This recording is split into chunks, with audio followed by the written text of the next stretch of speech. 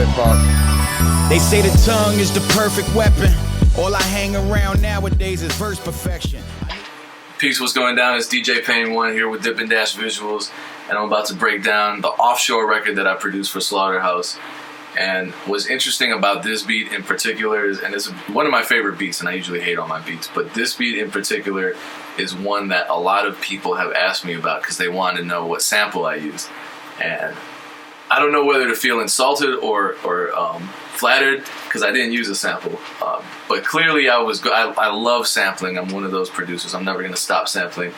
So sometimes with certain beats, you know, we try to create a sound that sounds as though it were sampled. It sounds organic, and it's not easy to do. I think on this one I must have done an alright job because people are assuming that it was a sample. So I'm going to talk about why people might think it's a sample, and then I'm going to break down some of the elements that I used to create this record. I think firstly, the reason people think it's a sample is because of the instruments I chose. There are some pretty organic instruments. The main instrument is the string chord progression. It's a pretty simple chord progression.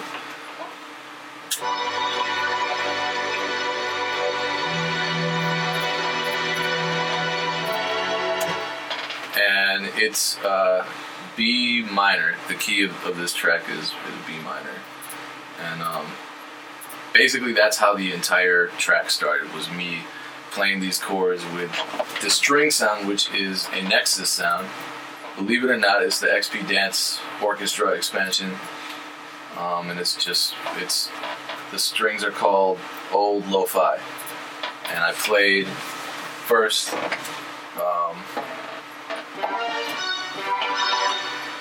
what is this chord? A G major 7th. So that's the main chord. Bass note is a G. And then the second chord, I just dropped the note down to an E. G. Drop the bass note to an E.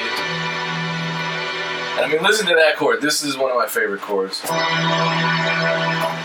I just kept going from there. So the entire beat is based off of those two chords because those are what I played first. I think another reason people mistake this for a sample is because of the live guitar, and I forgot that Memory played on this, and he's not here right now to do this to explain what he did in the video, but there are basically two guitar parts, so we kept it pretty simple. There's the main distorted guitar part that he plays right here.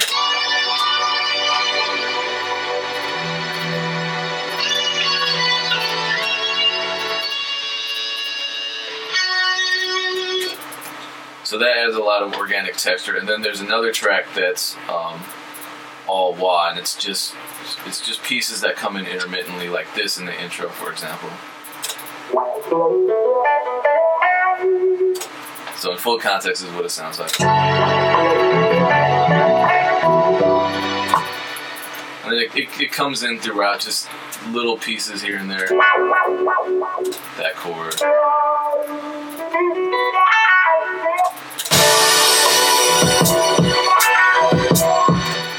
It's really subtle stuff. That's all on the same track. There are only 2 tracks of guitar in this entire song. The third reason I think people believe this to be a sample-based beat is because of the bass line, because the bass line sounds really organic as well. And it sounds like a live bass. It's not. I'll break that down for you in a second. This plugin is very slow when it comes to loading.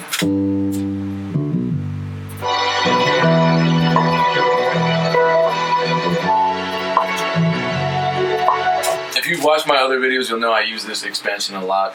I'm still running Contact 4, which is outdated, as you know, but I'm using Scarby J bass, and it's a pretty realistic sounding bass VST plugin.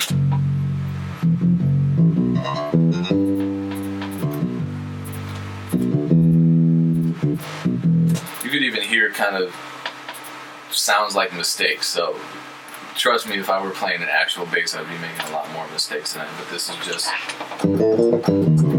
just all keyboard. So played that, added a lot of movement, The way I go about programming or playing my bass is I play many sections, so it's not the same bass line throughout. So I think that helps add a certain dynamic to the beats that makes the beat sound a little more organic overall. So those are the reasons I think people mistake this beat for a sample bass track.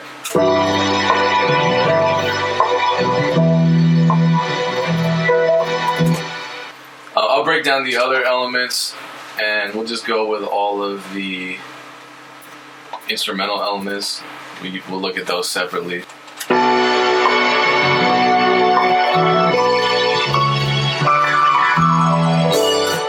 So nice little piano roll here. That's more Nexus. Pretty much this entire track is it's 3 tracks of Nexus. I'll break those down. There's a couple other VSTs that I use, but primarily Nexus is what I use. I added additional strings in just as kind of a harmony section.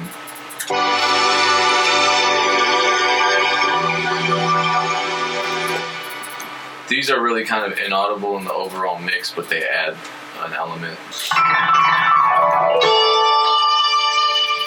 So the guitar comes in after that piano.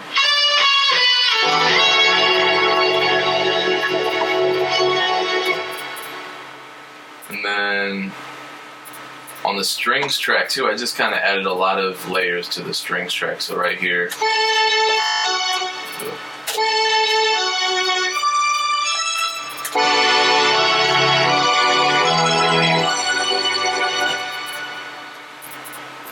And then I added piano chords as well to that. What is this? This is the last half measure of the 8 bar. The progression is an 8 measure progression, so this is the last measure of the 8 bar progression here.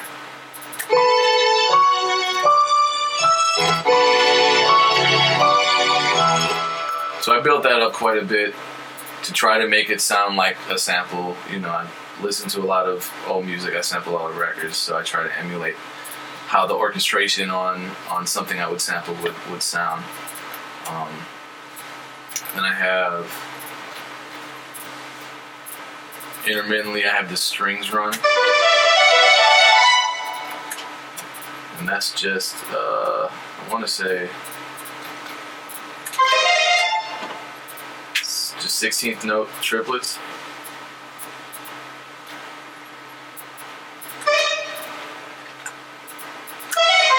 Yeah.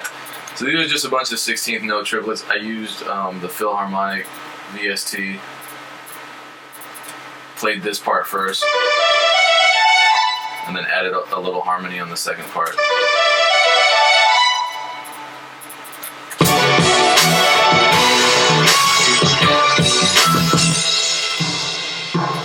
I added timpani too underneath everything. That's a Nexus sound. That's the third and last Nexus sound that I used. No, I lied. That's a Philharmonic sound. Nexus has a similar sound actually, but that's a Philharmonic sound. And then there's this sound that I thought is, by itself, it's kind of corny to me, but it sounds cool in this beat. It's this orchestra crash. And this is actually the third and last Nexus track. But by itself, I think it sounds kind of cheesy. It sounds like, 90s techno or something, but which there's nothing wrong with.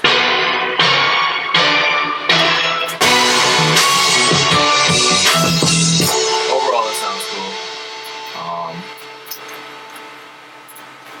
The drums I programmed, except the hi-hat patterns and some of the cymbals. That was Easy Drummer. And when I played these with the keys, I didn't quantize them, so that adds another organic sounding element to this beat. The drums are pretty simple, in my opinion. I think that as far as drums go, they're pretty simple.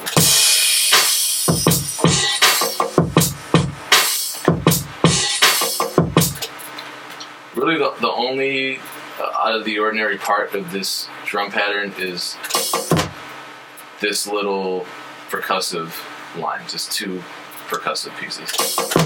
But there are quite a few layers, so the snare is 3-4 layers. Starts with just the main snare, and then this layer of another drum under it. You can barely hear it. And then this open hi-hat, and then a closed hi-hat. So all together, this is what you get. The kick, that is several sounds layered as well. It's this main kick from, I don't know where that's from, and then this acoustic sounding kick layered over it. So I did that because this main kick here has a lot of low end. It's really it's deep, and then this one has some high end crunch to it. Best of both worlds.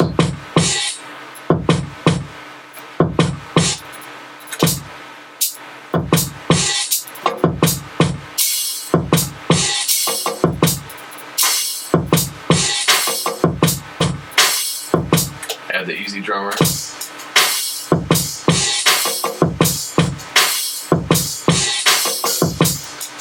And then add a chopped up break for the fill.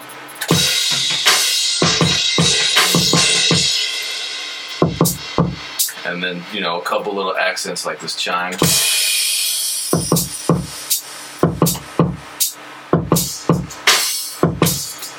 And that's the entire drum section. That's it.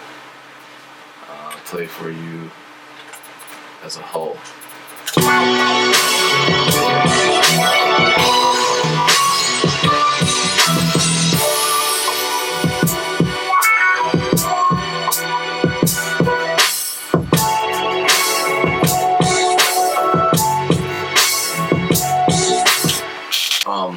Another interesting thing about this track, and this is I'm gonna end on this side note. The title of the beat, as I titled the beat, originally was Offshore Account. I was thinking of Taxi Raven when I made the record. I don't know why, but Slaughterhouse released the song under the title Offshore, so that's a cool little aside.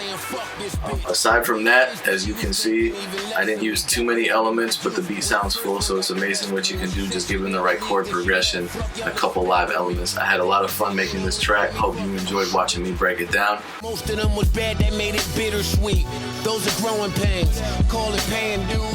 In 2015, we got a lot of new resources coming out for the producers out there. A drum fills collection that's all going to be free. Working on a new drum kit, but those take forever, so that's coming. At some point, Undressed Instrumentals 4 dropped. The Do or Die album is coming this summer, early summer. You'll get that, and I got a couple tracks on there. Shout out Do or Die. Aside from that, working on projects with I-20, working on projects with some more projects with Soul. There's a lot going on. Follow me on Twitter at DJ Payne1, Facebook DJ Payne1, Instagram DJ Payne1, Christian Mingle DJ Payne1. I'm on all the social media sites, so hit me up. Stay in tune. If you're a producer, I got a lot of great resources for you. Hit me up on YouTube. Just search for DJ Payne1, my channel will pop up, and whenever anything comes out, you will know if you follow me on any of the social media, because I will tell you, I live on social media. It's a horrible thing to admit to, but that's what I do. Shout out to all the producers. Best of luck in 2015. Make some great beats. If you don't make beats, then support those producers who do. Peace.